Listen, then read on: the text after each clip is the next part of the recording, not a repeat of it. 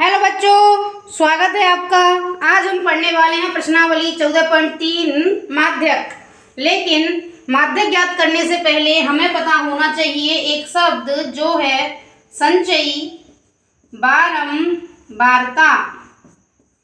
संचयी बारंबारता क्या होती है इसको समझेंगे हम अभी। तो सबसे पहले आपके पास उपलब्ध है एक सवाल जो आपको दिख रहा है 0 से 10, 10 से 20, 20 से 30, 30 से 40, 40 से 50, 50 से 60, 60 से 70, 70 से 80, 80 से 90, 90 से 100। साथ में दे रखी है विद्यार्थियों की संख्या 5, 3, 4, 3, 3, 4, 7, 9, 7, 8। ठीक है, तो माध्यक ज्ञात करने के लिए हम निकालेंगे संचयी बारंबारता। और संचयी बारंबारता होती है दो प्रकार की। पहली वाली होती है कम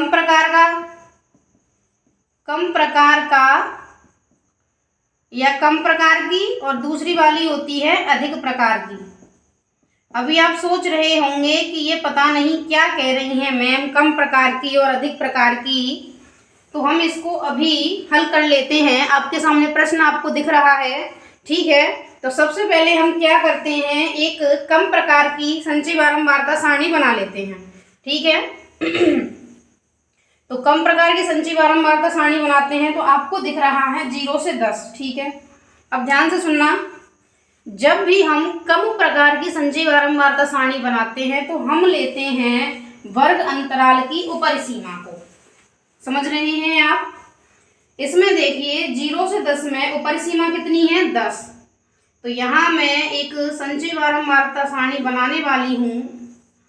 प्राप्तांक है 0 से 10। तो मैं क्योंकि कम प्रकार की बना रही हूं तो लूंगी ऊपरी सीमा 10 से कम। फिर अगले में 20 से कम, क्योंकि अगले की ऊपरी सीमा क्या है, 20। फिर 30 से कम, फिर 40 से कम, 50 से कम, 60 से कम, 70 से कम, फिर 80 से कम। अगले की ऊपरी सीमा 90, तो 90 से कम। और अगले की ऊपरी सीमा है 100, तो 100 से कम। ये हम बनाने वाले हैं आपकी संचयी बारंबारता सारणी, ठीक है बच्चों। अब हम बनाने वाले हैं संचयी बारंबारता सारणी, इसको हम कह देंगे CF। संचयी बारंबारता सारणी में सबसे पहले आपको ध्यान रखना है, क्योंकि हम कम प्रकार की बना रहे हैं ना। तो देखिए 10 से कम कितनी संख्याएं हो सकती हैं, क्योंकि 0 से 10 में आपका वर्ग अंतराल में बारंबारता दे रखी है 5। तो 10 से कम केवल 5 संख्याएं हो सकती हैं। लेकिन 20 से कम कितनी हो सकती हैं, 20 से कम हो सकती हैं 5 और 3 8, क्योंकि जो 20 वाला वर्ग अंतराल है उसकी हो गई 3 और उससे पहले वाले की हो गई 5। तो ये दोनों ही कितने से कम होंगी, 20 से कम। इसी प्रकार 30 से कम कितनी होंगी, 8 + 4 मतलब 12। फिर 12 + 3 मतलब 15। फिर 15 + 3 बराबर 18। फिर 60 से कम होंगी 18 + 4 बराबर 22। 70 से कम होंगी 22 + 7 बराबर 29। फिर 29 + 9 बराबर 38। फिर 38 + 7 बराबर 45। और फिर 45 + 8 बराबर 53। देखिए इसमें हमने क्या देखा है। हमने देखी है संचयी बारंबारता सारणी कम प्रकार की। कम प्रकार की में सबसे पहले आप क्या याद रखना है कि हम लेते हैं ऊपरी सीमा, ठीक है। 10, 20, 30, 40, 50, 60 ये सारी क्या है, ऊपरी सीमा, उनसे कम। संचयी बारंबारता सारणी में एक दूसरी बात जो हमको ध्यान रखनी होती है वो रखनी होती है कि ये बढ़ते हुए क्रम में होती है। बढ़ते हुए क्रम का मतलब क्या है, पहले 5 थी, फिर अगली जोड़ेंगे तो 8, फिर अगला जोड़ेंगे तो 12, फिर 15, 18, 22, 29, 38, 45, 53। ये जो लास्ट का पद है ना 53, 53, ये जो f है आपका टोटल f है उसके योग के बराबर आता है। अगर आपका जो टोटल f आया है सिग्मा f और ये जो लास्ट का पद आया है 53, तो आपकी जो संचयी बारंबारता है उसके सही होने के जो चांस हैं वो बढ़ जाते हैं। ठीक है, तो कम प्रकार की संचयी बारंबारता सारणी में हमने क्या क्या सीखा है। नंबर 1, इसमें ऊपरी सीमा ली जाती है। नंबर 2, ये बढ़ते हुए क्रम में होती है। नंबर 3, इसका जो लास्ट डिजिट आता है वो सिग्मा एफ के बराबर होता है। ठीक है, अब हम सीखते हैं अधिक प्रकार की संचयी बारंबारता सारणी। देखिए, अधिक प्रकार की संचयी बारंबारता सारणी में क्या होता है, आपको सवाल दिख ही रहा है, प्राप्तांक दिख ही रहे हैं। तो ये जो प्राप्तांक आपको दिख रहे हैं 0 से 10, 10 से 20, तो अधिक प्रकार की संचयी बारंबारता सारणी, मैं एक बार यहाँ यही लिख देती हूँ,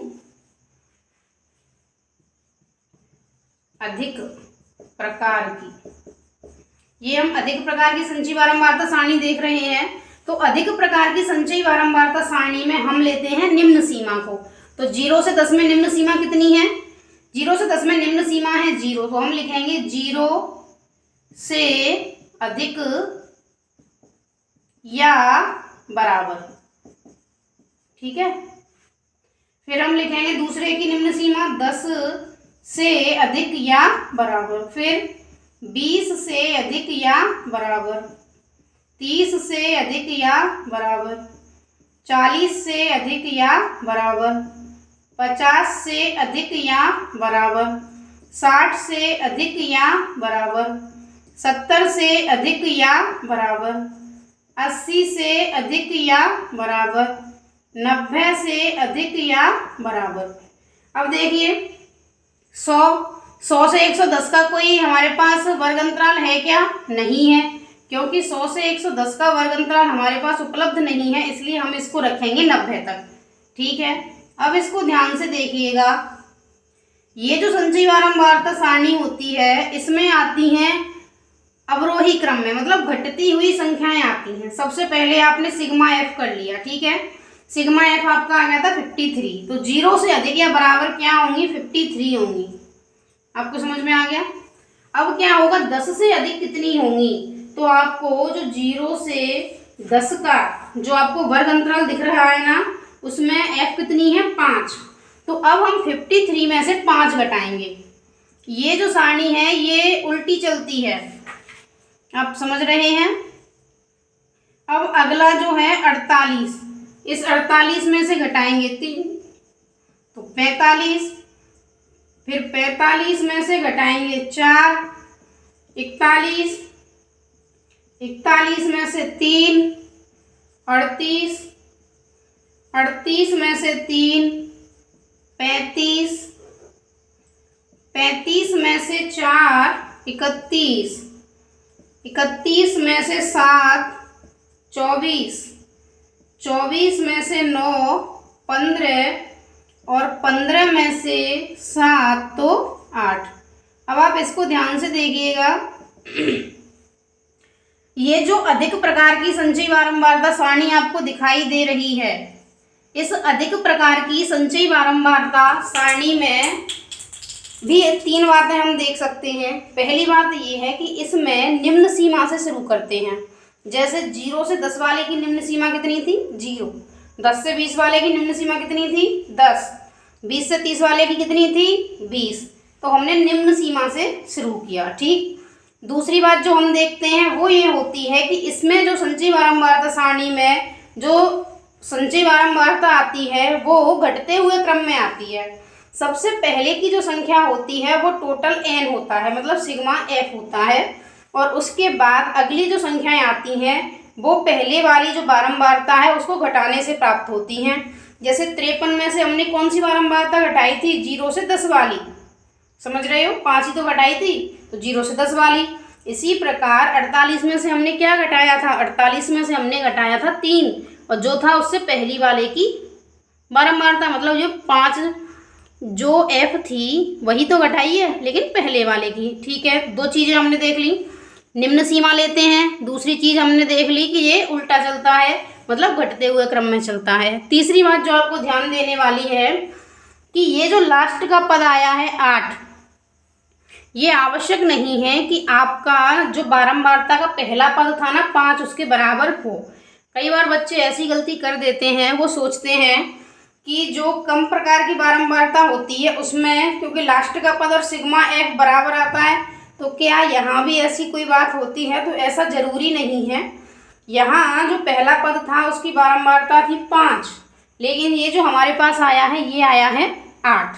ठीक है, तो 3 बातें हमने कम प्रकार की बारंबारता सारणी में देख ली और 3 बातें हमने अधिक प्रकार की बारंबारता सारणी में भी देख ली। अब हम देखते हैं प्रश्नावली का प्रश्न नंबर 1।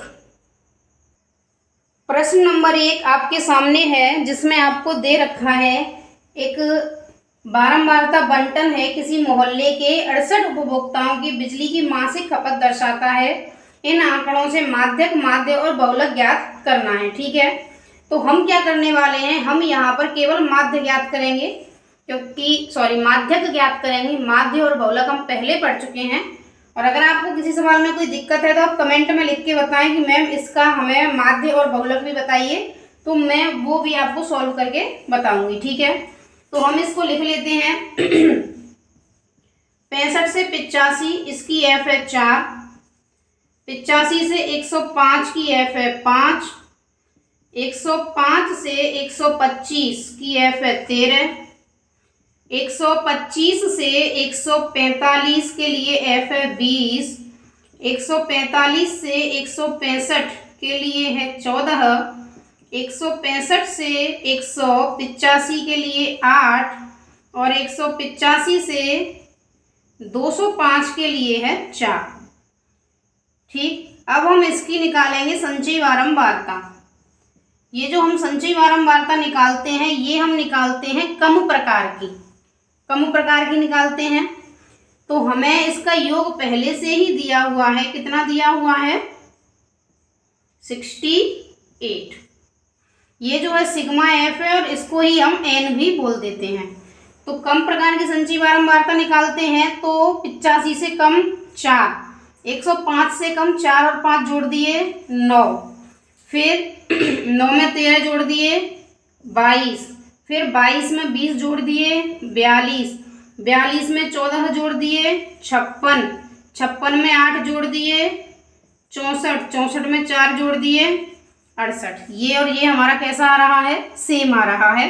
और ये जो है ये बढ़ते हुए क्रम में है। ठीक है, तो हमने कम प्रकार की संचयी बारंबारता सारणी है निकाल ली है। अब हम क्या करेंगे?